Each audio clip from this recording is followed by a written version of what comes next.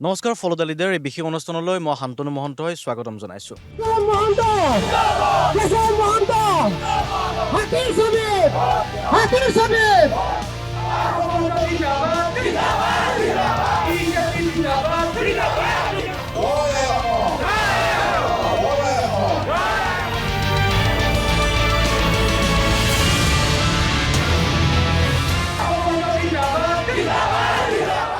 আমি ফলো দ্য লিডাৰত দেখুৱাই গৈছিলোঁ ৰাজ্যৰ যে কেইগৰাকী শীৰ্ষ স্থানীয় নেতৃত্ব আছে তেওঁলোকে নিৰ্বাচনত কি ধৰণে প্ৰতিদ্বন্দ্বিতা আগবঢ়াইছে আৰু কি ধৰণৰ বতাহ বলিছে নিজৰ সপক্ষত। আজি যিহেতু আমি কলিয়াবৰ সমষ্টিত উপস্থিত আছোঁ আৰু অসম গণ পৰিষদৰ কাৰ্যকৰী সভাপতি তথা কলিয়াবৰ সমষ্টিৰ অগপ প্ৰাৰ্থী কেশৱ মহন্ত ডাঙৰীয়া আমাৰ লগত উপস্থিত আছে। আপোনাক স্বাগতম জনাইছোঁ। ধন্যবাদ। সমষ্টিটোৰ প্ৰাৰ্থী লগতে দলটোৰ কাৰ্যকৰী সভাপতি, তেনেক্ষেত্ৰত সমষ্টিত কিমান দূৰ সময় দিব পাৰিছে? সমষ্টিত কলিয়াবৰত হয়তো সময় যেনেকৈ দিব লগা আছিল তেনেকৈ দিব পৰা নাই। আমি ৰাজ্যখনৰ বিভিন্ন সমষ্টিলৈও যাব লগা হৈছে আৰু তাৰ আগে আগে যিখিনি প্ৰিপেৰেশ্যনৰ কাম আছিল সেইখিনিতো কিছু সময় গ'ল। গতিকে এতিয়া আমি লাহে লাহে আমাৰ অতুল বৰা ডাঙৰীয়া আৰু মোৰ মাজত আমি এনেধৰণে আমি কিছু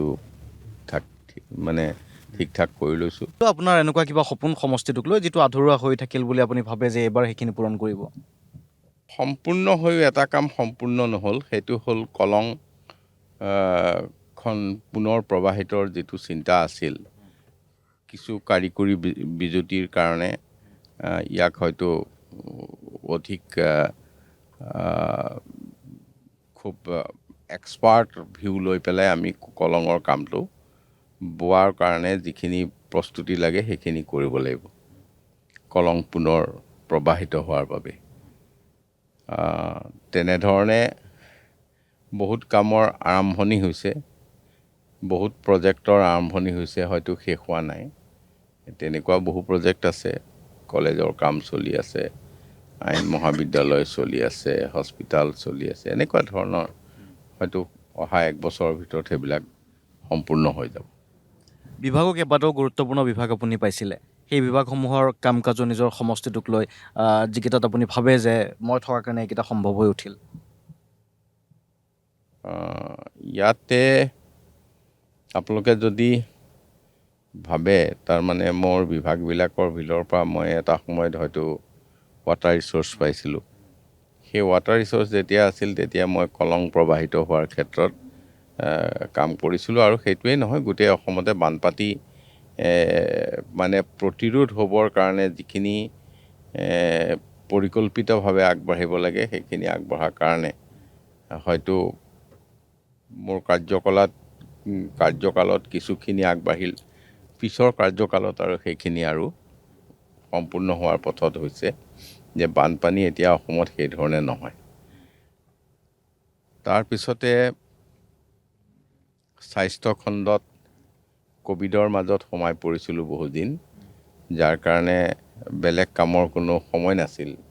তথাপিও আমি সেই সময়তে যিবিলাক কাম আৰম্ভ কৰিছিলোঁ নহয়, সেই কামবিলাক যথেষ্ট মুখ্যমন্ত্ৰীৰ বিশেষ সহযোগত বা তৎপৰতাত আমি বহু নতুন চিকিৎসালয় আৰম্ভ কৰিবলৈ সক্ষম হৈছিলোঁ।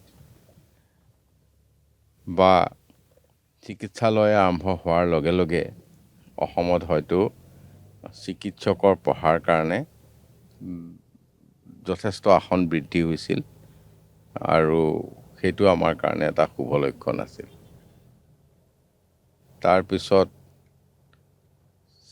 ছায়েন্স এণ্ড টেকন'লজি ডিপাৰ্টমেণ্ট থকাৰ সময়ত বা এতিয়াও আছে, সেই বিভাগৰ জৰিয়তে আমি ছায়েন্স চিটি বনাইছোঁ। সেই বিভাগৰ জৰিয়তে আমি ছায়েন্স চিটিৰ লগতে কিছুমান জিলা ভিত্তিত বিজ্ঞান কেন্দ্ৰ প্লেনেটেৰিয়াম বনাইছোঁ, যিটো আমি ভাৰতবৰ্ষৰ ভিতৰতে এখন প্ৰথম ৰাজ্য হ'ম বিজ্ঞানৰ আন্তঃগাঁথনিৰ ক্ষেত্ৰত। এনেধৰণে আকৌ IT ডিপাৰ্টমেণ্ট থকাৰ কাৰণে আমি এখন টেক চিটি বনাইছোঁ।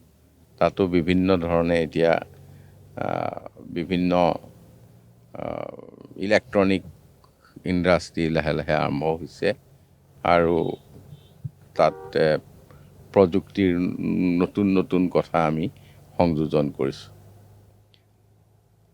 আৰু ৰাজহ বিভাগটো থকাৰ সময়ত বা এতিয়াও আছে, ৰাজহ বিভাগৰ দ্বাৰা অন্ততঃ অসমৰ দীৰ্ঘদিনীয়া ভূমি সমস্যা আৰু ভূমিৰ অধিকাৰ পোৱাৰ সমস্যা, এই সমস্যাখিনি সমাধান কৰিব পৰা হৈছে। আৰু আটাইতকৈ চাহ বাগিচাৰ যি 200 বছৰ হ'ল তেওঁলোকৰ অসম আগমনৰ, 200 বছৰৰ পিছত তেখেতসকলক মাটিৰ অধিকাৰ দিবলৈ, মাটিৰ পট্টা দিবলৈ আমাৰ চৰকাৰখন সক্ষম হৈছে। গতিকে এনে কামবিলাকৰ লগত জড়িত হৈ যথেষ্ট মই সন্তুষ্টি পাইছোঁ।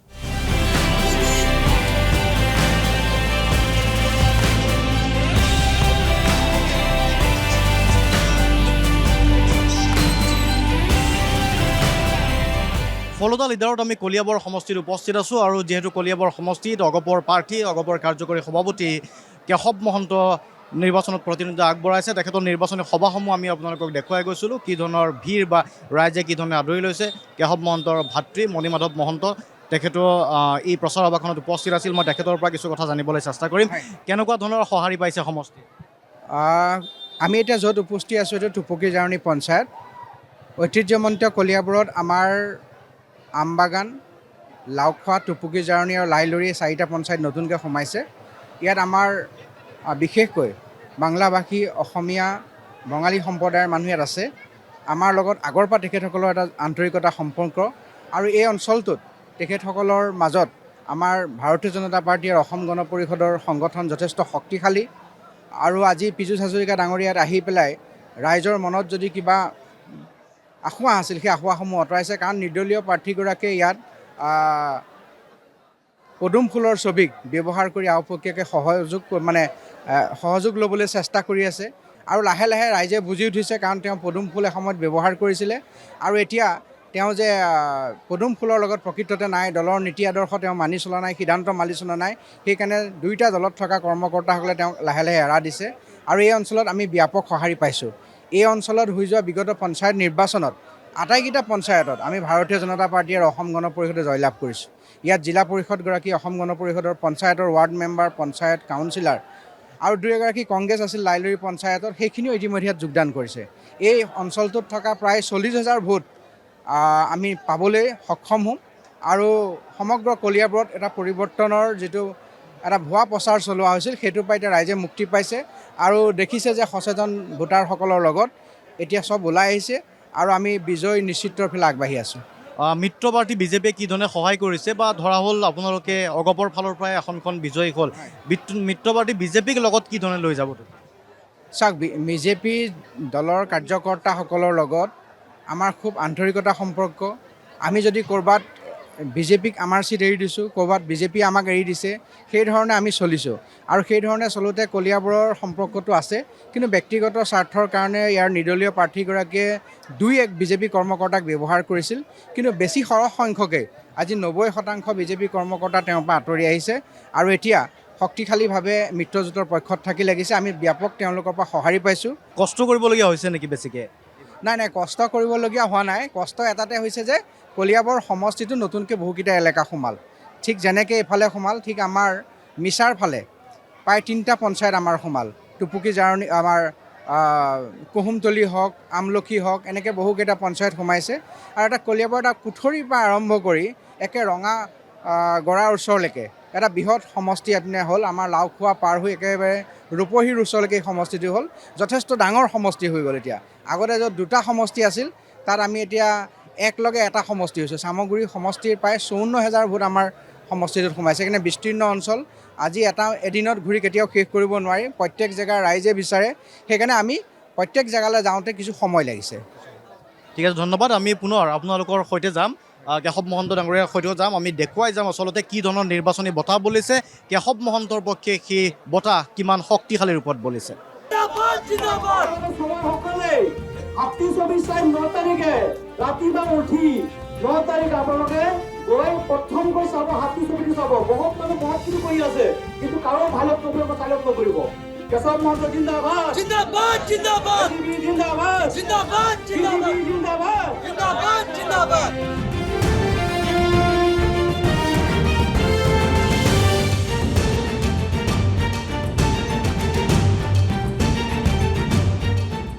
অসম গণ পৰিষদ জিন্দাবাদ জিন্দাবাদ জিন্দাবাদ অসম গণ পৰিষদ জিন্দাবাদ জিন্দাবাদ জিন্দাবাদ কেশৱ মহন্ত জিন্দাবাদ জিন্দাবাদ জিন্দাবাদ কেশৱ মহন্ত জিন্দাবাদ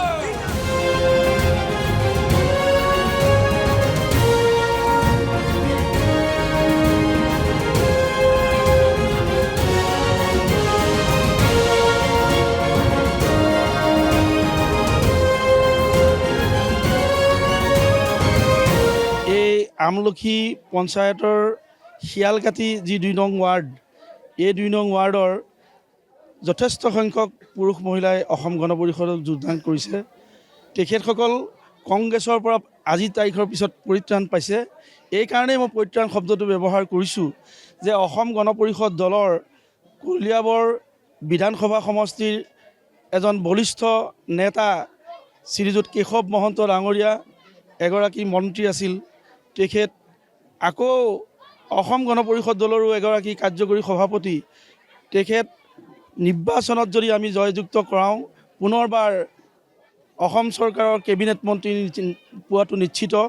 আমি ভাগ্যৱান হ'লোঁ, আমি ইমান এটা ভাল মিনিষ্টাৰ পালোঁ, মন্ত্ৰী পালোঁ যে আমি সেই মন্ত্ৰী পাই চবক আশা কৰোঁ, চবকে কওঁ যে কেশৱ মহন্তক বিপুল ভোটত 9 তাৰিখে ভোট দি জিকাওক, আপোনালোকে ফলাফল কৰক, আপোনালোকে যি বিচাৰে তাকেই পাব।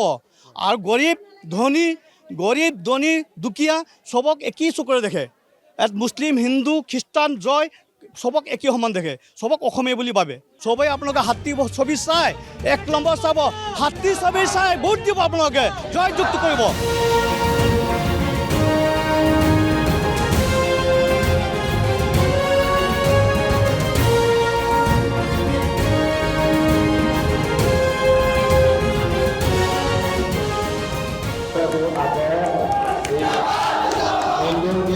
সুইমিং পুল আদি বহুত আদৰণি কাম হৈছে। এই কামখিনি সম্পূৰ্ণ হৈ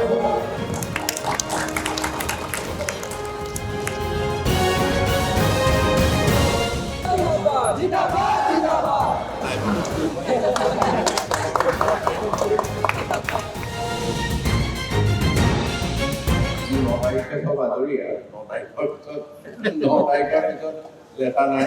গতিকে তাৰ পিছৰ পৰাই আমি ধৰিব পাৰিম আৰু 9 তাৰিখৰ পিছৰ পৰা 7 দিন এসপ্তাহৰ সময় এটা আছে।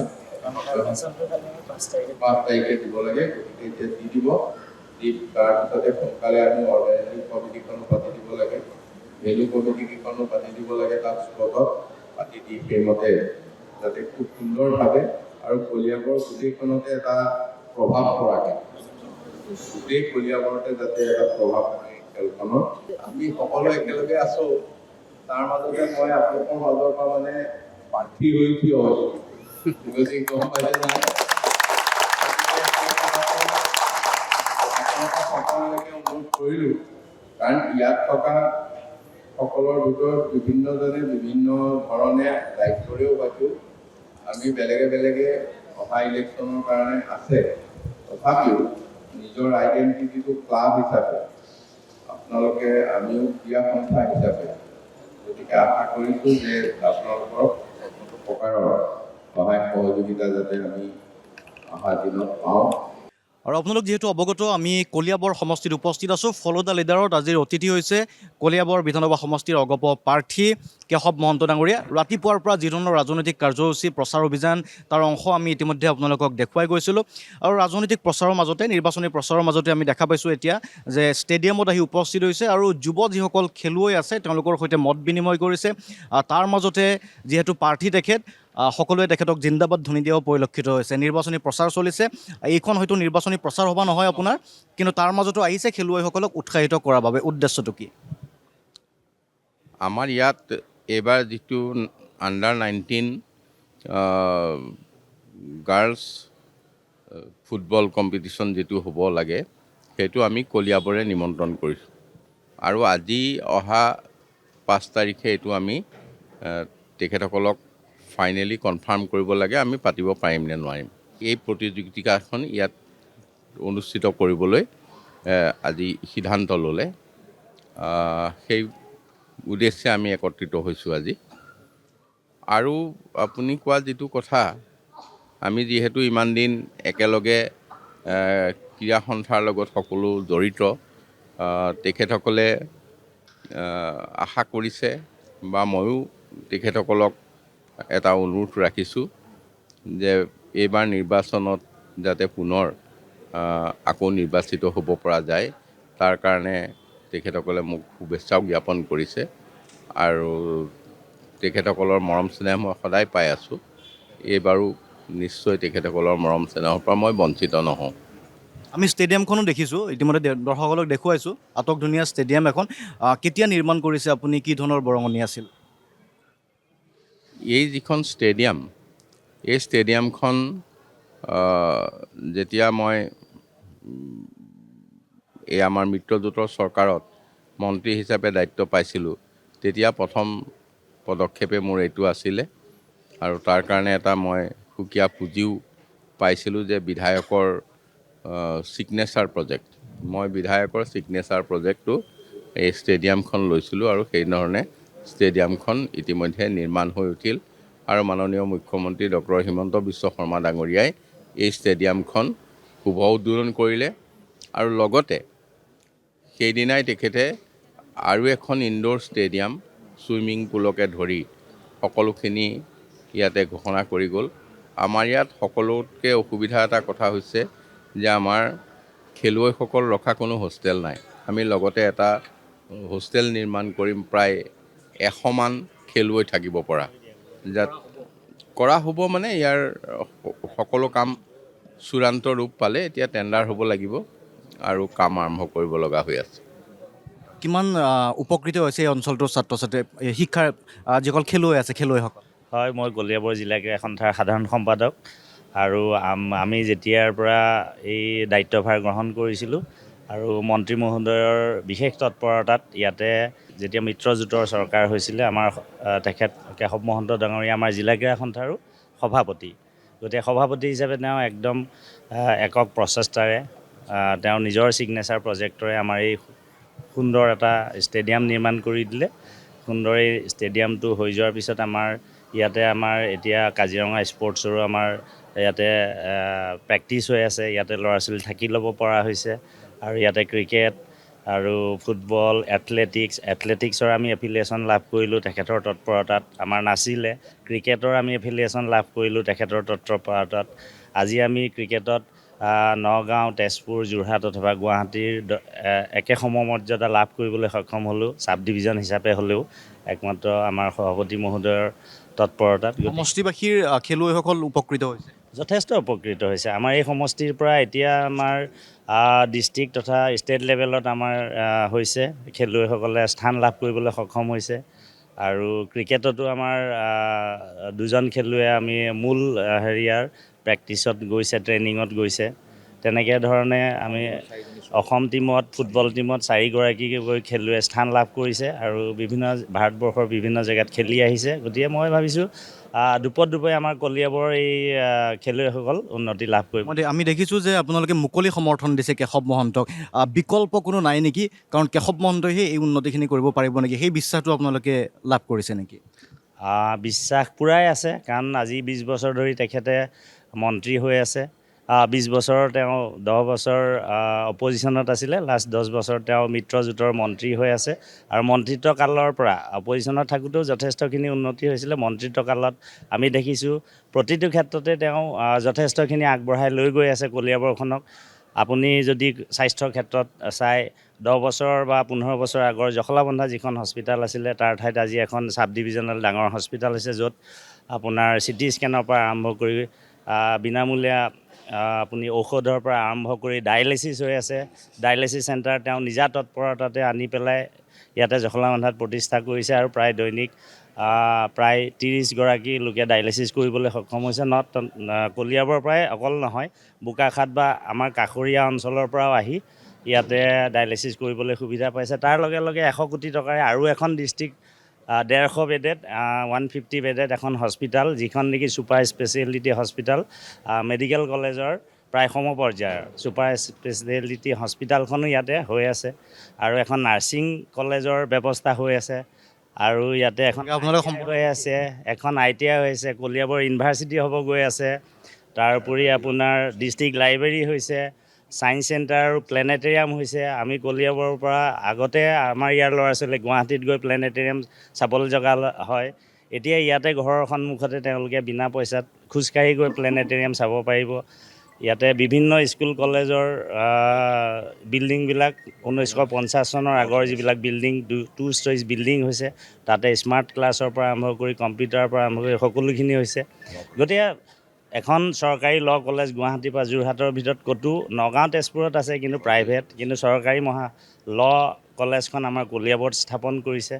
গতিকে এখন 55 বছৰৰ পিছত কলিয়াবৰ মহাবিদ্যালয় এখন আমাৰ ইয়াত আছে। এতিয়া চৰকাৰী এখন মডেল ডিগ্ৰী কলেজ ইয়াতে স্থাপন হৈছে। গতিকে ইমানখিনি তালিকা দীঘলীয়া তালিকাৰ কথা কৈছে। মানে মই ক'ব বিচাৰিছোঁ যে 10 বছৰৰ এই মন্ত্ৰী যিমানখিনি আজি এতিয়া 24, অকল মই জানো যে 24টা স্কিম, ডাঙৰ ডাঙৰ প্ৰজেক্ট অকল বিল্ডিং ডিপাৰ্টমেণ্টৰে হৈ আছে, টুৰিজিমৰ প্ৰজেক্ট হৈ আছে। গতিকে মই ভাবোঁ যে কলিয়াবৰৰ নিচিনা ইমান ইণ্টেৰিয়ৰ এটা বিধানসভা সমষ্টি, আজি মই নকওঁ ডিব্ৰুগড়, যোৰহাট, গুৱাহাটীৰ লগত মই নকওঁ, তথাপিও মই ভাবিছোঁ কলিয়াবৰ নিচিনা আমাৰ কাষতে থকা ৰহা হওক, ঢিং হওক, ৰূপহী হওক, অন্যান্য যি এনেকুৱা ইণ্টেৰিয়ৰ সমষ্টি আছে, মই নাভাবোঁ যে অসমত এনেকুৱা সমষ্টিত একেলগে ইমানবোৰ হৈ আছে, কাম হৈ আছে। ধন্যবাদ জ্ঞাপন কৰিছোঁ। কিন্তু মূলতঃ ষ্টেডিয়াম বা ক্ৰীড়াৰ ক্ষেত্ৰত ষ্টেডিয়ামখনৰ কথা আছে বা এই অঞ্চলটোৰ সমষ্টিবাসীৰ ছাত্ৰ ছাত্ৰীসকল বা যিসকল যুৱ ভোটাৰ, এই যুৱ ভোটাৰসকল এইটো উপকৃত হ'ব পাৰে ভৱিষ্যতে, কাৰণ ক্ৰীড়াৰ ক্ষেত্ৰত গুৰুত্ব আৰোপ কৰা হৈছে আৰু যিবোৰ সমাজ বিৰোধী কাৰ্যকলাপ আছে তাৰ পৰা আঁতৰি থাকিব পাৰিব। আমি কেশৱ মহন্ত ডাঙৰীয়াৰ যি নিৰ্বাচনী প্ৰচাৰ সভা আছে তাৰ আন অংশসমূহ দেখুৱাই যাম। এটা প্ৰশ্ন মই পুনৰ উত্থাপন কৰিছোঁ, দীঘলীয়া উন্নয়নত মানে আপোনাৰ কাম কাজৰ দীঘলীয়া তালিকা দাখিল কৰি গৈ আছে, তেখেতসকলৰ মনত আছে, আপোনাৰ হয়তো মনত নাথাকিব নেকি ইমানখিনি? নাই, মোৰ মনত থাকিব, কাৰণ মই প্ৰত্যেকটো কথা নিজে বহুত দিনৰ আগৰ পৰা ভাবি থাকোঁ। কাকো প্ৰথমতে মই নকওঁ, চাই যেতিয়া জেগাটো ঠিক হয়, সিফালেও যোগাযোগ সম্পূৰ্ণ হয়, তেতিয়াই মই কামটো কৰাৰ সময় আহি পৰে। গতিকে একোটা কামৰ লগত মই বহুত দিনৰ আগৰ পৰা কাম কৰি থকাৰ সৈতে মই ইনভলভমেণ্ট আছে। কাৰণ এনেকুৱা ধৰণৰ আঁচনিবিলাক এনেকুৱা নহয় যে আমাক সকলোকে দি যাব চৰকাৰে, কাৰণ প্ৰতিটো আঁচনি আনিবলৈ, প্ৰতিটো প্ৰকল্প আনিবলৈ এটা বিশেষ ইনিচিয়েটিভৰ প্ৰয়োজন হয়। ব্যক্তিগত ইনিচিয়েটিভ জড়িত হৈ আছে? যথেষ্টখিনি ব্যক্তিগত ইনিচিয়েটিভ আছে, মানে বিধায়ক হিচাপে সেইখিনি আছে। হয়, ঠিক আছে, আমি আপোনাৰ সৈতে থাকিম, সংগ দিম, আমি দেখুৱাই যাম পৰৱৰ্তী নিৰ্বাচনী প্ৰচাৰ সভাসমূহ আৰু জানিবলৈ চেষ্টা কৰিম যে কলিয়াবৰ বিধানসভা সমষ্টিত এইবাৰ কি হ'বলৈ গৈ আছে, আপোনালোকে নিজে উমান লাভ কৰিব। আজিৰ যিটো NDAৰ যুগ, এই যুগটোক সকলোৱে আদৰণি জনাইছে। সকলোৰে প্ৰয়াস যে মুখ্যমন্ত্ৰী হিচাপে আকৌ ডক্টৰ হিমন্ত বিশ্ব শৰ্মা ডাঙৰীয়া হওক আৰু আমি আগুৱাই যাওঁ, আৰু কলিয়াবৰো আমি লগতে আগুৱাই যাওঁ। কলিয়াবৰে যথেষ্টখিনি বিগত দিনছোৱাত পাবলৈ সক্ষম হৈছে। আপোনালোকে সকলোৱে দেখিছে, আপোনালোকৰ ঠিক সন্মুখত সেইখন এখন ষ্টেডিয়াম হৈছে। অকণমান সিফালে গ'লে হাতবৰ ওচৰত এটা নতুন প্লেনেটেৰিয়াম আৰু ডিষ্ট্ৰিক্ট ছায়েন্স চেণ্টাৰ হৈছে। আমাৰ মাজেদি বৈ যোৱা কলংখন যথেষ্টখিনি খণ্ডন কৰি আমি পৰিষ্কাৰ কৰিছোঁ, যাতে ভৱিষ্যতে বোৱাব পাৰোঁ। অকণমান সোঁহাতে গ'লে দেখিব এখন ডাঙৰ হস্পিটেল নিৰ্মাণ হৈ আছে। তাতোকে অকণমান সিফালে গ'লে আমি নাৰ্ছিং কলেজ এখন কৰিবলৈ লৈছোঁ। ঠিক ৰাস্তা পদূলিবিলাকো আহল বহল হৈ আহিছে আগতকৈ। কলিয়াবৰত আৰু এখন কলেজ নিৰ্মাণ হৈ আছে পশ্চিম কলিয়াবৰত, আৰু এখন আইন বিভাগ মহাবিদ্যালয় নিৰ্মাণ হৈ আছে, এখন ITI নিৰ্মাণ হ'ব। কলিয়াবৰ এখন উচ্চ শিক্ষাৰ কেন্দ্ৰ হিচাপে গঢ়ি তুলিবলৈ এইবাৰ আমি এখন বিশ্ববিদ্যালয় কলিয়াবৰত আমি স্থাপন কৰিম। আমাৰ সপোনৰ অগোচৰ আছিল যে আমাৰ নিচিনা এনেকুৱা জিলাখনৰ এমূৰত গ্ৰাম্য এটা অঞ্চল, ইয়াত ক'তো টাউন চহৰ নাই, আমি চব পঞ্চায়ত আমাৰ। গতিকে ইয়াত বিশ্ববিদ্যালয়, এইটো সম্ভৱ হৈছে এই চৰকাৰখনৰ কাৰণে। আৰু আমি যেতিয়া কলিয়াবৰত বিশ্ববিদ্যালয় হ'ব, তেতিয়া ঘৰৰ ভাত খাই গৈ পেলাই MA ডিগ্ৰীটো হ'বই, সকলোৱে PhD ডিগ্ৰী ল'বলৈকে ইয়াত ঘৰৰ পৰা গৈ ল'ব পাৰিব, ডক্টৰেট ডিগ্ৰী। আৰু আপোনালোকে দেখিলে যে কেশৱ মহন্ত ডাঙৰীয়াই নিৰ্বাচনী প্ৰচাৰ সভা এখনত অংশগ্ৰহণ কৰি ওলাই আহিছে। আমি দেখিছিলোঁ ইয়াতে অমিত শ্বাহো আহিছে। অমিত শ্বাহৰ নিৰ্বাচনী সভাতো যথেষ্ট সংখ্যক মানুহ দেখিবলৈ পোৱা গৈছে। আজিও দেখা গৈছে আপুনি ইখনৰ পাছত আনখন সভাত অংশগ্ৰহণ কৰিছে। কি ধৰণে প্ৰচাৰটো ডিজাইন কৰিছে বা চলি আছে এতিয়া আপোনাৰ? ডাঙৰ সভা আছে, সৰু সভা দেখিছোঁ। আমাৰ ইয়াৰ প্ৰচাৰটো বহুত চিম্পল। ইয়াতে প্ৰকৃততে দুই এখন গাঁও একলগ হৈ সুবিধাজনক ঠাইত গোট খাই আমি তাতে গৈ কিছু কথা আলোচনা কৰোঁ। আৰু নিৰ্বাচনত খুব আমি ৰাজনৈতিক বক্তব্য দি থাকিব লগাও নাই, কাৰণ ধৰক মই প্ৰায়বিলাক জেগালৈকে আজি 2-4 মাহ আগত বেলেগ বেলেগ কাৰ্যসূচীত গৈছোঁ। ক'ৰবাত ৰাস্তা এটা ঢাকিলা কৰিবলৈ গৈছোঁ, ক'ৰবাত আমি নামঘৰ এটাত কিবা এটা অনুদান দিয়াৰ ক্ষেত্ৰত গৈছোঁ, বা ৰাইজৰ কিবা সমস্যা এটা হৈছে গৈছোঁ। গতিকে নিৰ্বাচনী সভাখন আপুনি দেখিলে ইয়াত কাৰো কোনো ওজৰ আপত্তি নোহোৱা এখন সভা। ইয়াত আৰু আমাৰ আমুকটো থাকি গ'ল দিবলৈ, আমুক এনেকুৱা কথা নাই আৰু। সকলোৱে আনুষ্ঠানিকতা এটা ৰক্ষা কৰি আহিছে। তেওঁলোক মনত নিজে বহুদিনৰ আগতে এইটো থিৰাং কৰি থোৱা আছে, ভোট ক'ত হ'ব লাগিব, ক'ত দিব লাগিব। গতিকে ঠিক তেনেধৰণে কলিয়াবৰৰ সৰহসংখ্যক নিৰ্বাচনী সভাই তেনেকুৱা হয়। আপুনি যিহেতু দলটোৰ কাৰ্যকৰী সভাপতি, এই সমষ্টিটোৰ পৰা বিজেপিৰ পৰা টিকট বিচাৰিছিল এজনে, এতিয়া নিৰ্দলীয় হিচাপে প্ৰতিদ্বন্দ্বিতা আগবঢ়াইছে। মিত্ৰ দল হিচাপে বিজেপিয়ে যিখিনি সহায় কৰিব লাগিছিল সেই সহায়খিনি আপুনি ইয়াতে পাইছেনে পোৱা নাই? মিত্ৰ দল হিচাপে তেখেতসকলৰ পৰা সঁহাৰি সম্পূৰ্ণ পাইছোঁ, তাত কোনো সন্দেহ নাই, কোনো কৃত্ৰিমতা নাই। কিন্তু ইয়াত হয়তো তেখেতসকলৰ দলৰ সমৰ্থকৰ ক্ষেত্ৰত ক'ৰবাত অকণমান স্থিতি বেলেগ আছিল। সেই স্থিতিবিলাক লাহে লাহে নাইকিয়া হৈছে আৰু তেখেতসকলে পুনৰ গম পাইছে যে আমি NDAৰ পক্ষত থকাটোৱে উচিত, য'ত বিজেপি আৰু AJP একেলগে আছে। গতিকে ইয়াত কোনো ধৰণৰ তেনেকুৱা মই অসুবিধা দেখা নাই। দলটোৰ স্বাৰ্থত অসম গণ পৰিষদক চৰকাৰৰ অংশীদাৰ কৰাৰ ক্ষেত্ৰত বিধায়কসকল নিৰ্বাচিত কৰি অনাটো এটা দায়িত্বৰ ভিতৰতে আপোনাৰ পৰে, যিহেতু আপুনি দলটোৰ কাৰ্যকৰী সভাপতি। গতিকে যেতিয়া আসন ভাগ বতৰা চলিছিল, দৰদাম চলিছিল, তাত হয়তো দলটোৰ সপক্ষে আপুনি অধিক যুক্তি দিবলগীয়া হৈছিল নেকি? তেনেকুৱা ধৰণৰ বিষয় কিছুমান আছিল নেকি, য'ত আপুনি বিজেপিৰ হয়তো কিছু কৰ্মকৰ্তা বা নেতৃত্বৰ ঔষধ পৰিব পাৰে? আমাৰ প্ৰথম কথাটো আছিল কি, আমাৰ 9টা চিটিং চিট আছিল।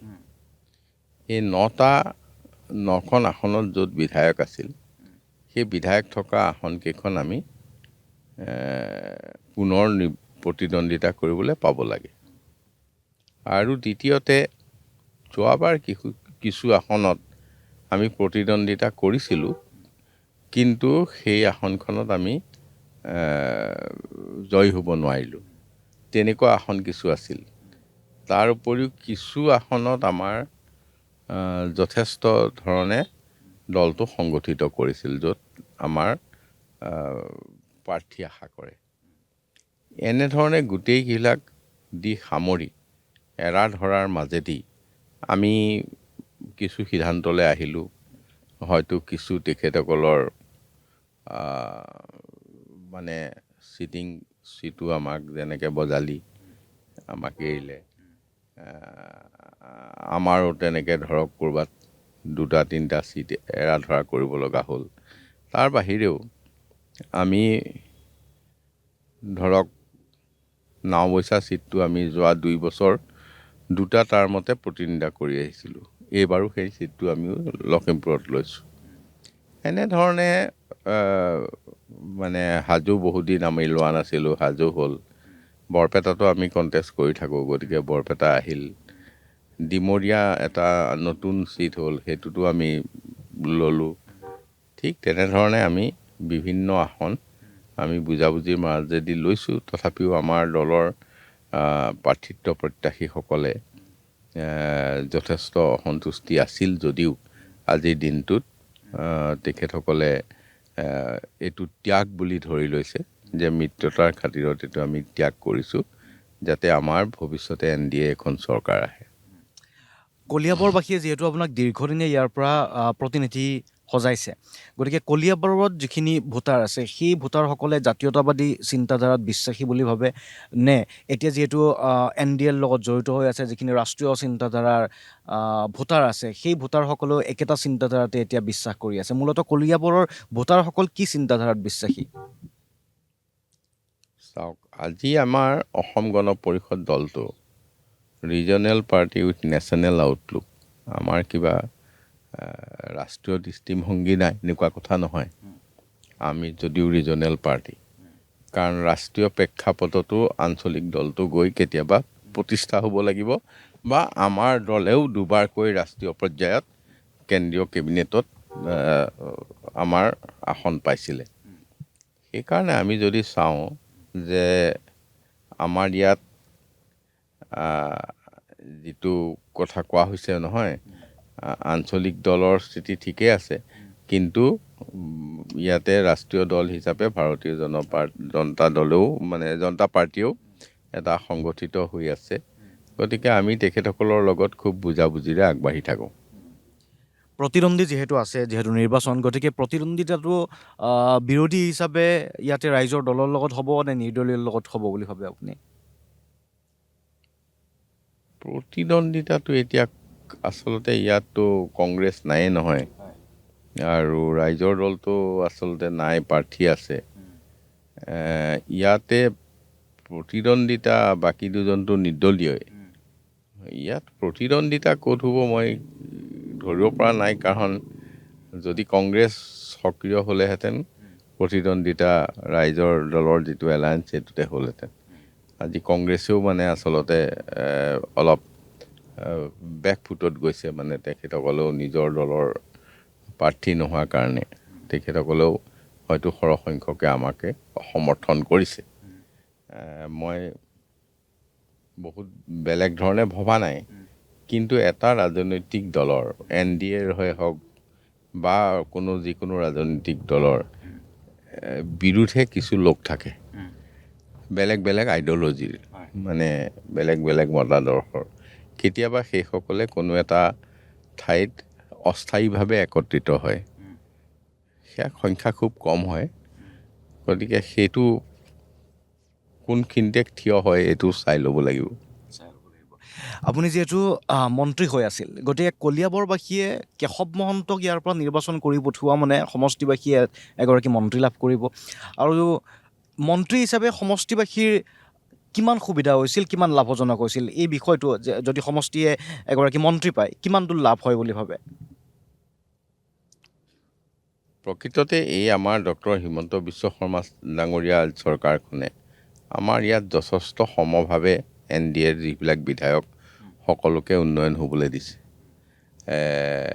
তথাপিও যেতিয়া মন্ত্ৰী হিচাপে থাকে তেতিয়া কিছু কথা যিকোনো আঁচনিৰ ক্ষেত্ৰত বা যিকোনো প্ৰকল্পৰ ক্ষেত্ৰত আগভাগ ল'বলৈ সুবিধা হয়। মই ভাবিছোঁ কলিয়াবৰ যোৱা সময়ছোৱাত ইয়াত কেবিনেট মন্ত্ৰী থকাৰ কাৰণে কিছু উপকৃত হৈছে। নতুন ভোটাৰসকল আহিছে, নতুন ভোটাৰ, নতুন চিন্তা। আপুনি যথেষ্ট ব্যক্তিগত জীৱনত ভদ্ৰ ৰাজনীতিক বুলিয়ে জনা যায়, অমায়িক, ভদ্ৰ বা মিতভাষী। গতিকে এই নতুন ভোটাৰসকলক কি ধৰণে আপুনি আকৃষ্ট কৰিছে? আজি নতুন ভোটাৰ যিসকল, তেওঁলোকৰ চিন্তাটো কিছু আগবঢ়া। তেওঁলোকে ভৱিষ্যতৰ কথা আমাতকৈ খুব ভাল ধৰণে চিন্তা কৰিব পাৰে। গতিকে তেওঁলোকে সদায় ভাবিব যে ইয়াত আমাৰ উত্তৰণ ক'ত ঘটিব। নিশ্চয় শিক্ষা দীক্ষাত বহুত সা সুবিধা প্ৰাপ্ত, প্ৰতিযোগিতামূলক পৰীক্ষাত কেনেকৈ অৱতীৰ্ণ কৰিব, এনেকুৱা কথাবিলাকে বহুত ঠাই পায়। ঠিক তেনেধৰণে সামগ্ৰিক উন্নয়নটো তেখেতসকলৰ কাম্য। গতিকে মই ভাবিছোঁ বিভিন্ন সংস্থাপন আৰু বিভিন্ন বিশেষকৈ কলিয়াবৰক উচ্চ শিক্ষাৰ স্থান হিচাপে পৰিগণিত কৰোৱাটো আমাৰ অহা নিৰ্বাচনৰ পিছত লক্ষ্য হিচাপে থাকিব। এয়া আমি শ্লোগান শুনিবলৈ পাইছোঁ। অন্য এখন মিটিঙত আহি উপস্থিত হৈছোঁ। দেখা যাওক কেশৱ মহন্ত ডাঙৰীয়াক কি ধৰণে আদৰণি জনায় কলিয়াবৰবাসীয়ে।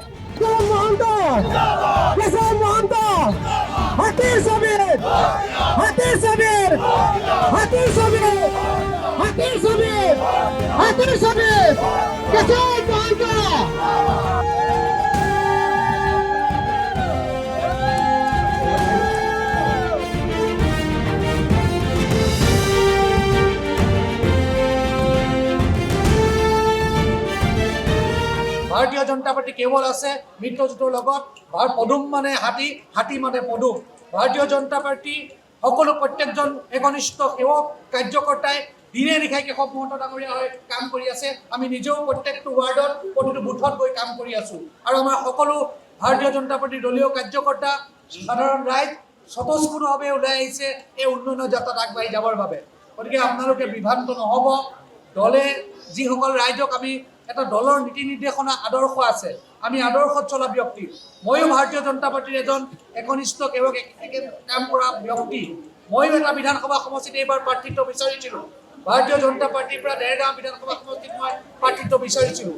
যথেষ্ট সংখ্যক ৰাইজৰ যুৱ বন্ধুসকলৰ যথেষ্ট মৰমত মই যথেষ্টখিনি এই ক্ষেত্ৰত আগবাঢ়িছিলোঁ। কিন্তু দলে অৱশেষত এজন মোক বিবেচনা নকৰি এজন জ্যেষ্ঠ ব্যক্তিক তেখেতে প্ৰাৰ্থিত্ব প্ৰদান কৰিলে। কিন্তু মই দ্বিতীয় দিনাখনৰ পৰাই তেখেতৰ মনোনয়নকে আদি কৰি সকলো ক্ষেত্ৰত কাম কৰি আছোঁ। আৰু দলে এইবাৰ এতিয়া ইয়াত আমাক কলিয়াবৰৰ সমন্বয়ক হিচাপে দায়িত্ব দিছে। আমি নিজৰ দায়িত্ব পালন কৰি আছোঁ দলৰ আদৰ্শৰ নীতিৰ লগত থাকি।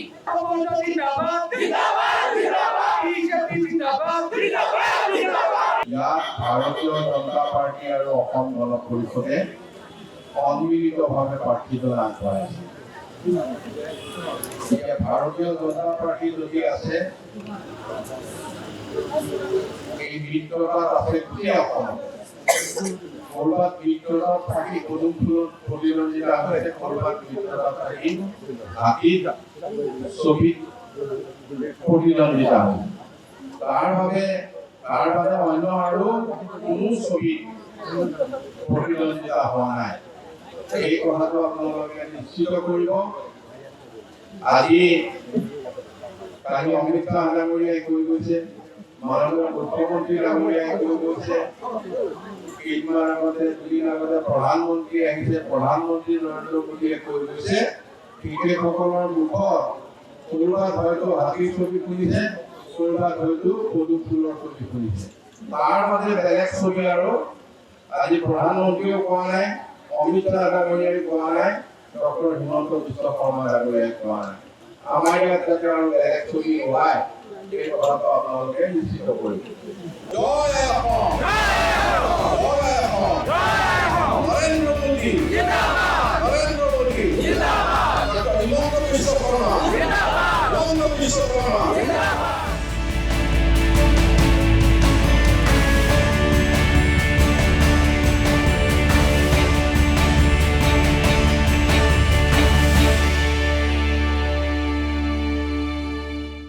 নিৰ্বাচনৰ বতৰ, নিৰ্বাচনত আমি কলিয়াবৰত উপস্থিত আছোঁ। কলিয়াবৰৰ শিলঘাট যি মৰাপাট কলৰ বাবে বিখ্যাত, কিন্তু এই মৰাপাট কলৰ সন্মুখতে আমি উপস্থিত হৈছোঁ। ইয়াতে এটা সমদল উলিয়াব বিচৰা হৈছে। প্ৰতীক চিহ্ন হৈছে অগপ কেশৱ মহন্তৰ সমষ্টি।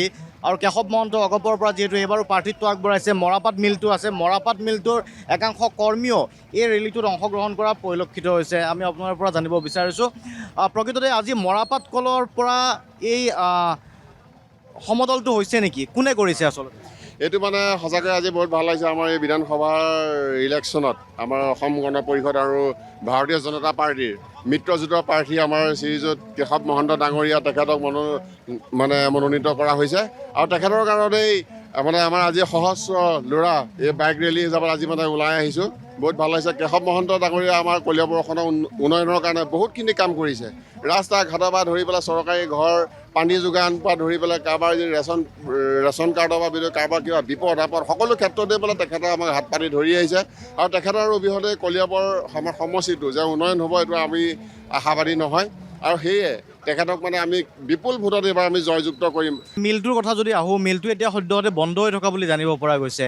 কি কাৰণে এনেকুৱা হৈছে? কেশৱ মহন্তও এই মিলটোৰ দায়িত্বতে আছে। সেইটো আমাৰ বৰ্তমান মৰাপাটৰ কেঁচা মৰাপাটৰ অভাৱ আৰু মৰাপাটৰ কাৰণেই আমাৰ মিলটো বৰ্তমান বন্ধ হৈ আছে আৰু ইয়াত অন্য কোনো কথা নাইকিয়া। আপোনালোক মৰাপাট কলৰ লগত জড়িত? হয় হয়, আৰু মই ইয়াতে চাকৰি কৰা আজি 20 বছৰেই হ'ল মৰাপাট কলত। কিমান মানুহ চলি আছে ইয়াতে? ইয়াত আমাৰ মোটামুটি 1200-1000 মানুহ আমাৰ ইয়াতে চলি আছে। কিন্তু বিশেষকৈ মানে আজি ভাল লাগিছে, আমি সমদল আমি মানে কৰ্মচাৰীখিনি আজি সমৰ্থন জনাইছে। হয় হয় হয় হয়, আজি যিখিনি মানুহে যিবিলাক মানুহে কেশৱ মহন্তৰ হৈ পেলাই বেয়াকৈ কৈছে, মই এই মানুহখিনি এটা কাৰণে বেয়া পাইছোঁ। আজি চৰকাৰৰ একেবাৰে নিম্নতম স্তৰটো হৈছে গাঁও পঞ্চায়ত। তেখেতসকলে ৱাৰ্ড মেম্বাৰ আছে, পঞ্চায়তৰ সভাপতি আছে, সেইসকলক অৱগত কৰক বা নহ'লে গাঁৱতে মিটিং দি আমাৰ মন্ত্ৰী ডাঙৰীয়া কেশৱ মহন্তক মাতি পেলাই তাত মিটিঙলৈ মাতক, কওক, তেতিয়া স্মাৰকপত্ৰ দিয়ক যে আমাৰ গাঁৱৰ ৰাস্তা পদূলিবিলাক বেয়া হৈছে, তেতিয়া তেখেতসকলে চকু কাণ দিব। কিন্তু তেওঁৰ গাঁও কোনখন গাঁৱৰ ৰাস্তা বেয়া, কোনটো কি হৈছে তেখেতে চাবলৈ ইমান সময় নাই। গতিকে আৰু এবাৰ বিশেষকৈ দেখিছোঁ যে মিছাত সিদিনা আহিছিল যে আমাৰ এইজন নামটোৱে পাহৰিল নহয়, তেখেতৰ মানে আমাৰ যিজন গৃহমন্ত্ৰী আহোঁতে যিখিনি মানুহ হৈছে সেই ৰিজাল্ট দেখুৱাই দিলে যে কেশৱ মহন্ত জিকিব বুলি। ধন্যবাদ। গতিকে এইধৰণে আপোনালোকে দেখিবলৈ পাইছে এটা সমদল উলিয়াইছে। মৰাপাট কলটোৰ কথা কোৱা হৈছে, ঐতিহাসিক মৰাপাট কল, এইটো এটা আৱেগ জড়িত হৈ আছে, বহুকেইটা পৰিয়াল জড়িত হৈ আছে, অস্থায়ীভাৱে বন্ধ হৈ আছে কেঁচা মৰাপাটৰ অভাৱৰ বাবে তেনেকুৱা হৈছে। আপুনি মৰাপাট কলত? হয় হয় হয়, কৰোঁ। এতিয়া বন্ধ হৈ আছে, বহুতে কৈছে যে এইটো বন্ধ হৈ যাব, তেনেকুৱা নেকি কথাটো? এইটো মানে কি ক'ম আৰু, মৰাপাটৰ বৃদ্ধিৰ দাম হোৱাৰ কাৰণে বন্ধ হৈছে। তেনেকৈ হৈছে। হয় আপোনালোকে দৰমহা পাই আছে? হয়, পাই আছোঁ। পাই আছে। কাক সমৰ্থন কৰিছে, কিয় উলিয়াইছে ৰেলীটো? ৰেলীটো মানে এতিয়া আপোনাৰ কেশৱ ছাৰক জিকাবলৈ ওলাইছে। ওলাইছে।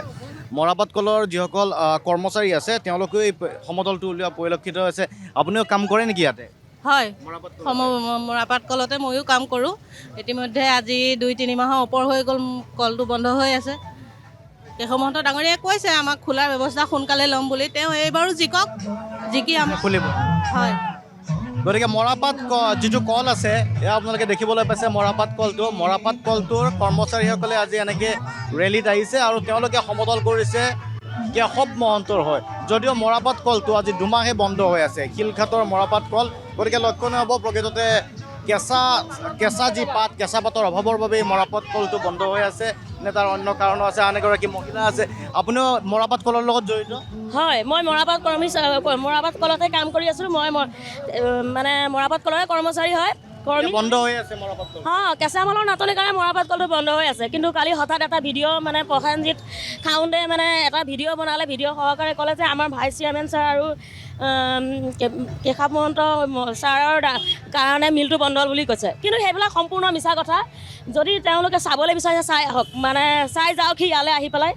মৰাপাটৰ কাৰণে মিল বন্ধ। আপোনালোকে পইচাটো পাই আছে? আমি পইচা পাই আছোঁ আৰু মৰাপাট নাটনিৰ কাৰণে মিলটো বন্ধ হৈছে হয়, কিন্তু যোনবিলাকে চলিব নোৱাৰা অৱস্থাত আছে তেওঁলোকক 6000 টকাকৈ দি চলাই আছে। আপোনালোকে আশা কৰেনে আকৌ খুলিব? আমি আশা কৰোঁ, সম্পূৰ্ণভাৱে আশা আছে, নতুন মৰাপাট ওলালে মিল খুলিব। আৰু আমাৰ কাৰণে কেশৱ মহন্ত ডাঙৰীয়া ছাৰ আৰু আমাৰ ভাইচ চেয়াৰমেন ছাৰ আমাৰ কাৰণে ভগৱান স্বৰূপ।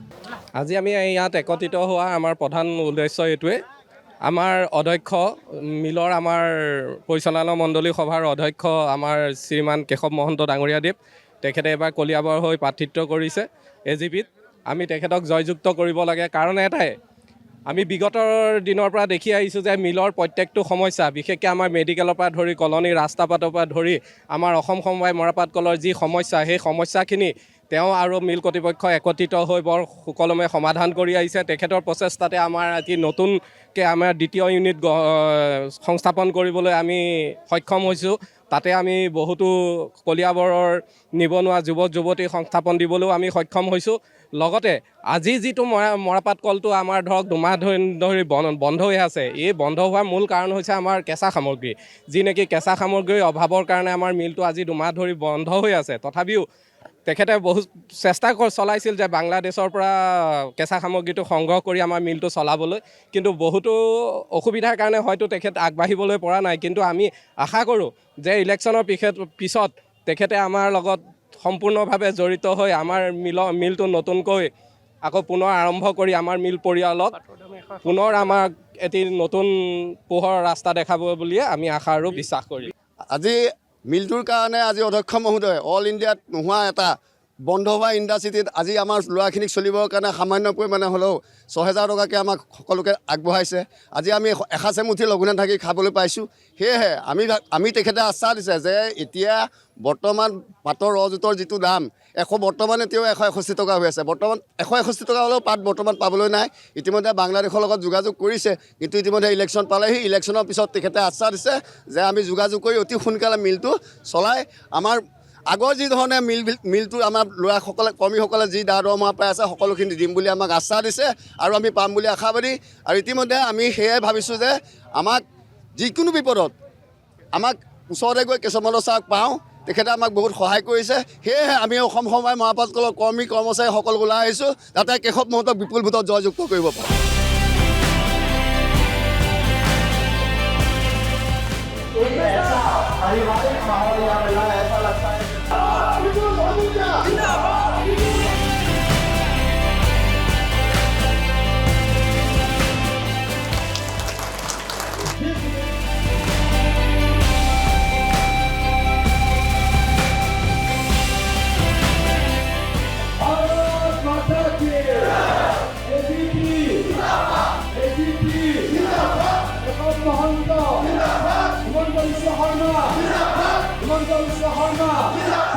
আজি আচলতে কাৰ্যকৰ্তাখিনিক মাত দিবলৈহে আহিছিলোঁ। কালি ৰাতি 9টা বজাত ক'লোঁ যে এবাৰ আমবাগানলৈকে আহিম। অলপ ৰাইজো গোট খালে, ৰাইজক অনুৰোধ কৰিলোঁ কেশৱ মহন্ত ডাঙৰীয়াক যাতে পুনৰ জিকায়। কেশৱ মহন্ত ডাঙৰীয়া কলিয়াবৰৰ নহয়, অসমৰ এগৰাকী দিগ্গজ নেতা, জ্যেষ্ঠ মন্ত্ৰী, অমায়িক ব্যক্তি। গতিকে কেশৱ মহন্ত ডাঙৰীয়াক জিকালে অঞ্চলটোৰ ভাল হয়। গতিকে ৰাইজক অনুৰোধ কৰিলোঁ ইণ্ডিপেণ্ডেণ্টক ভোট দি লাভ নাই। ইণ্ডিপেণ্ডেণ্টক ভোট দিয়া মানে ভোটটো নষ্ট হোৱা। আৰু আমি আমাৰ মিত্ৰজোঁট বিজেপি, AGP, BPF, ৰাভা যৌথ মঞ্চ, আমাৰ গণশক্তি, আমি সকলো একেলগে থাকিব লাগিব। তেতিয়াহে আমি সুৰক্ষিত হ'ম। আৰু আমি সুৰক্ষিত হৈ থাকিলে অসম সুৰক্ষিত হ'ব, ভাৰতীয় সুৰক্ষিত হ'ব, খিলঞ্জীয়া সুৰক্ষিত হ'ব। গতিকে সকলোকে কেশৱ মহন্ত ডাঙৰীয়াক সহায় কৰিবলৈকে আহ্বান জনালোঁ, অনুৰোধ জনালোঁ। আপোনাৰ সমষ্টিত সংখ্যালঘু ভোটাৰো আছে, গতিকে এই সংখ্যালঘু ভোটাৰসকলক লৈ আপুনি কি কয়? বহুতে ক'ব বিচাৰে যে সংখ্যালঘু ভোটাৰসকল বিজেপিৰ বিৰুদ্ধে যিমান উগ্ৰ, অগপৰ বিৰুদ্ধে কিছু নম্ৰ। গতিকে সেইবাবে সংখ্যালঘু ভোটাৰসকলে আপোনাকে পচন্দ কৰিব বা আপোনাৰ ওচৰলৈ আহিব। সংখ্যালঘু ভোটাৰসকল বা সংখ্যালঘু অধ্যুষিত অঞ্চলৰ আমাৰ যিসকল ব্যক্তি, তেখেতসকলৰ ওপৰত আমাৰো বিশ্বাস আস্থা আছে আৰু তেখেতসকলেও আমাৰ ওপৰত বিশ্বাস আছে, আস্থা আছে। বিগত বহুদিন আমি তেনেধৰণে পাৰ কৰি আহিছোঁ। গতিকে তেখেতসকলে বহু ৰাজনৈতিক কথাত আমাক কেতিয়াবা হয়তো ভোট দিবও পাৰে, কমকৈ নিদিবও পাৰে, কিন্তু বিশ্বাস আৰু আস্থাৰ তাত কোনো অভাৱ ঘটা নাই। সমগ্ৰ ৰাজ্যত ফলাফলটো কি ধৰণৰ হ'ব? মুখ্যমন্ত্ৰীয়ে কিছু সময়ে সময়ে তেওঁ সংখ্যাও উল্লেখ কৰি গৈছে। আপোনালোকে কিবা এটা হিচাপ কৰিছে নেকি অগপৰ ফালৰ পৰা? মই ভাবোঁ সংখ্যা 90+ হ'ব, 90+ হ'ব গোটেই NDAৰ। তাৰ ভিতৰতে কম বেছি বৰ্তমানে বিজেপিৰ পিছতে AGP আৰু আমাৰ BPF থাকিব। আমি ভাবিলোঁ যে বাকী চব মিলাই আমি 90খনৰ আসন কেতিয়াও কম নাপাওঁ। 90ৰ ওপৰত থাকিব, কম নাথাকে। গৌৰৱ গগৈৰ কি হ'ব বুলি ভাবে? কিবা আপোনালোকে পাইছে নেকি খবৰ? গৌৰৱ গগৈয়ে ভাবি আছে যে যিটো লোকসভা নিৰ্বাচনটো এতিয়া বিধানসভা নিৰ্বাচন মই ভাবিছোঁ বৰ একে নহয়। বিধানসভা নিৰ্বাচনৰ ক্ষেত্ৰত আমি ভাবিছোঁ ৰাজ্য চৰকাৰখনৰ প্ৰতি লক্ষ্য কৰি ৰাইজে ভোট প্ৰদান কৰিব। এতিয়া ৰাজ্য চৰকাৰৰ যিসমূহ বিভিন্ন আঁচনি বা বিভিন্ন যিবিলাক উন্নয়নৰ কাম ৰাজ্য চৰকাৰে হাতত লৈছে, গতিকে ৰাজ্য চৰকাৰলৈ লক্ষ্য কৰি ৰাইজে ভোট প্ৰদান কৰিব, মোৰ সেইটোৱে বিশ্বাস। দীৰ্ঘ সময় ধৰি আপুনি ৰাজনীতিত আছে, এটা ৰাজনৈতিক পৰিক্ৰমা আপুনি পাৰ কৰিছে, সংগ্ৰামী পৰিক্ৰমা তাৰ পূৰ্বে পাৰ কৰিছে। নিজকে ৰাজনীতিত আপুনি কি পৰ্যায়ত চাব বিচাৰে, যে এদিন মোৰ এইটোৱে পিক পইণ্ট বুলি যিটো কোৱা হয়, আপোনাৰ মনত কিবা তেনেকুৱা আছে নেকি? আপুনি মন্ত্ৰী পৰ্যন্ত হ'ল। নহয়, বিষয় বাবৰে সকলো কথা নিৰূপণ নহয়। নিৰূপণ হয় এখন কৰ্মক্ষেত্ৰৰে, যে এনেধৰণৰ সময়ছোৱাত এজন বিধায়ক হৈছোঁ, তাৰ পৰা হয়তো কেতিয়াবা মন্ত্ৰী হৈছোঁ, সেইটো বেলেগ কথা। কিন্তু মই এই ৰাজনৈতিক যেতিয়া ৰাইজে দিয়া দায়িত্ব লওঁ, সেই সময়ছোৱাত মই কি কৰিব পাৰিছোঁ। নৰ্মেলি যিবিলাক কাম হৈ থাকে সেইবিলাক সকলোৰে ক্ষেত্ৰতে হয়, সেইটো আৰু বেলেগে আৰু মানে বেলেগ তাক আকৌ বিচাৰিব নালাগে। কিন্তু এক্সেপশ্যনেল কি, আজিৰ এই ব্যৱস্থাটোৰ মাজত মই এক্সেপশ্যনেল আৰু অতিৰিক্তভাৱে কি কৰিব পাৰিছোঁ, এইটোৱে মানুহক আচলতে ভৱিষ্যতৰ দিনত তেওঁক নিৰূপণ কৰে। মই সেইকাৰণে ভাবিছোঁ যে মই কাম কৰি গৈ আছোঁ, আৰু কাম কৰিবলৈ মই এখন যাতে এনেকুৱা সুবিধা পাওঁ যাতে ক'ৰবাত মই জাতিটোৰ কাৰণে কিবা এটা কৰি থৈ যাবলৈ সুযোগ থাকে। সময়ে সময়ে সমালোচনাৰ মুখামুখি হৈছে, তেনেকুৱা ধৰণৰ তিতা সমালোচনাও শুনিবলগীয়া হৈছে। মূলতঃ বিজেপিৰ লগত অহাৰ পাছৰে পৰা আন্দোলন পাৰ হৈ গৈছে, তাৰ পাছত হয়তো আসন ভাগ বতৰাৰ ক্ষেত্ৰতো বহুতৰ মনত আচলতে দলটোৰ প্ৰতি আৱেগ এটা আছে, আৰু ভাবে যে দলটোৰ উত্তৰণটো অসম গণ পৰিষদৰ উত্তৰণ, আৰু এই শংকাটোৱে কৰে যে বিজেপিত দলে দেশৰ ভিন্ন প্ৰান্তত যিহেতু সৰু সৰু আঞ্চলিক দলক গ্ৰাস কৰিছে, গতিকে অসমতো ক'ৰবাত নহয় ক'ৰবাত তেনেকুৱা হ'ব পাৰে। গতিকে এটা তীব্ৰ ৰাজনৈতিক চাপ বা মানসিক হেঁচা, আৱেগিক হেঁচাৰ মাজত আপোনালোক থাকে নেকি? আজি ভাৰতবৰ্ষৰ প্ৰত্যেকখন ঠাইতে আজি মানে মিত্ৰজোঁটৰ মানে যিটো ব্যৱস্থা, এলায়েন্স, গতিকে এইটো সকলোতে চলিছে। ৰাষ্ট্ৰীয় দলেও আগবাঢ়ি আহিছে, আঞ্চলিক দলেও আগবাঢ়ি গৈছে। ই এটা আজিৰ প্ৰয়োজন হৈ পৰিছে। গতিকে ইয়াৰ মাজতে ছাৰ্ভাইভ কৰিব লাগিব। ছাৰ্ভাইভ মিনছ আমি বেলেগ কথা ক'বলৈ বিচৰা নাই, নিজৰ এজেণ্ডাটো ইয়াতে ফুলফিল কৰিব লাগিব। আজি অসম গণ পৰিষদে যিবিলাক নিজৰ এজেণ্ডা আছিল, টপ প্ৰায়ৰিটিজ আছিল আছাম একৰ্ড। আছাম একৰ্ড ইয়াত ক্লজ 6ক আজি বহুদূৰ লৈ গৈছে। ৰাজ্য চৰকাৰে কৰাখিনি কৰিছে, চেণ্ট্ৰেলৰ কৰাখিনি দিয়া হৈছে কৰিবলৈ। গতিকে ইয়াৰ আগতে মানে এটা এইটো মানে বিষয়টো নবঢ়া বিষয় এটা আছিল, এতিয়া সুন্দৰভাৱে আগবাঢ়ি গৈছে। তেনেকৈ আজি আমি শ্বহীদ স্মাৰক বনাই শ্বহীদসকলক স্মৰণ কৰিছোঁ। অসম চুক্তি মতে আমি ভূমিৰ সংৰক্ষণ কৰিছোঁ, বিভিন্ন পন্থা আমি ৰাখিছোঁ। আন্দোলনটো আছিল অস্তিত্ব ৰক্ষাৰ। আমাৰ অস্তিত্ব হেৰুৱাৰ উপক্ৰম ক'ত ক'ত হৈছে তাক আমি সুৰক্ষিত কৰিব লাগে। তেনেকুৱা বহুত কাম এইখন চৰকাৰৰ মজিয়াত আমি পাইছোঁ। গতিকে আমি দেখিছোঁ যে আজি অসম গণ পৰিষদ দলৰ যি ৰিজনেল পাৰ্টি হিচাপে যি এজেণ্ডা আছিল, বহুত এজেণ্ডা আমি ফুলফিল কৰিবলৈ পাইছোঁ। ঠিক আছে, দীৰ্ঘ সময় ধৰি যিহেতু আপুনি বিধায়ক হৈ আছে, গতিকে সাধাৰণতে এটা অসন্তুষ্টি কিছু লোকৰ মাজত দেখা যায়, এটা অধিষ্ঠান বিৰোধী ঢৌ এটাও থাকে। আপোনাৰ ক্ষেত্ৰত আপুনি কেতিয়াবা অনুভৱ কৰে নেকি? কাৰণ পোৱা নোপোৱাৰ বেদনা বহুতত থাকে, বহুত হয়তো আবেদন পাতিও লৈ আহিছে। আপুনি মন্ত্ৰীও হৈ আছিল, দলটোৰ কাৰ্যকৰী সভাপতি, হয়তো সময় দিব নোৱাৰিবও পাৰে। আপোনাৰ লগত হৈছেনে তেনেকুৱা কেতিয়াবা এই সমষ্টিত? আপুনি কোৱা কথাটো অতি স্বাভাৱিক, তাত কোনো অস্বাভাৱিকতা নাই। কিন্তু মই কলিয়াবৰত আচলতে ইমান দিনৰ পিছত যিটো সাধাৰণতে হয়, সেইটো হোৱা নাই।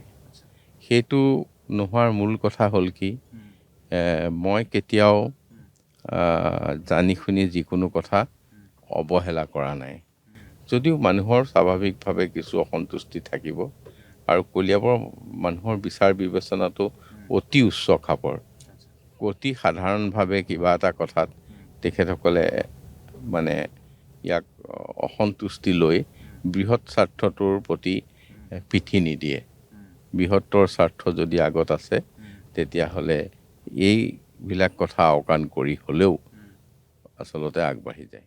আৰু ফলদা লিডাৰত আজি যিহেতু কেশৱ মহন্ত ডাঙৰীয়া আছে, আমাৰ অনুষ্ঠানটোত এটা শিতান থাকে শেষত, আপুনি যদি সমষ্টিবাসী ৰাইজক কিবা ক'ব বিচাৰে আমাৰ জৰিয়তে ক'ব পাৰে। মই কলিয়াবৰবাসী ৰাইজৰ ওচৰত এইটোৱে অনুৰোধ জনাম যে আপোনালোকে যোৱা 20 বছৰ মোৰ বিধায়ক হিচাপে যি দায়িত্ব দিলে, মই স্বজ্ঞানে স্ববুদ্ধিয়ে কেতিয়াও কোনো ভুল ভ্ৰান্তি কৰাৰ মই চেষ্টা কৰা নাই। যদি অজানিতে ভুল ভ্ৰান্তি হৈছে তাৰ কাৰণে মই সকলোৰে ওচৰত ক্ষমা বিচাৰিছোঁ। আৰু এই দীঘলীয়া দিন মোক ইয়াৰ প্ৰতিনিধিত্ব কৰিবলৈ সুবিধা দিয়াৰ কাৰণে মই সকলোৰে ওচৰত মই কৃতজ্ঞ আৰু সকলোৰে ওচৰত মই ঋণী হৈ থাকিলোঁ।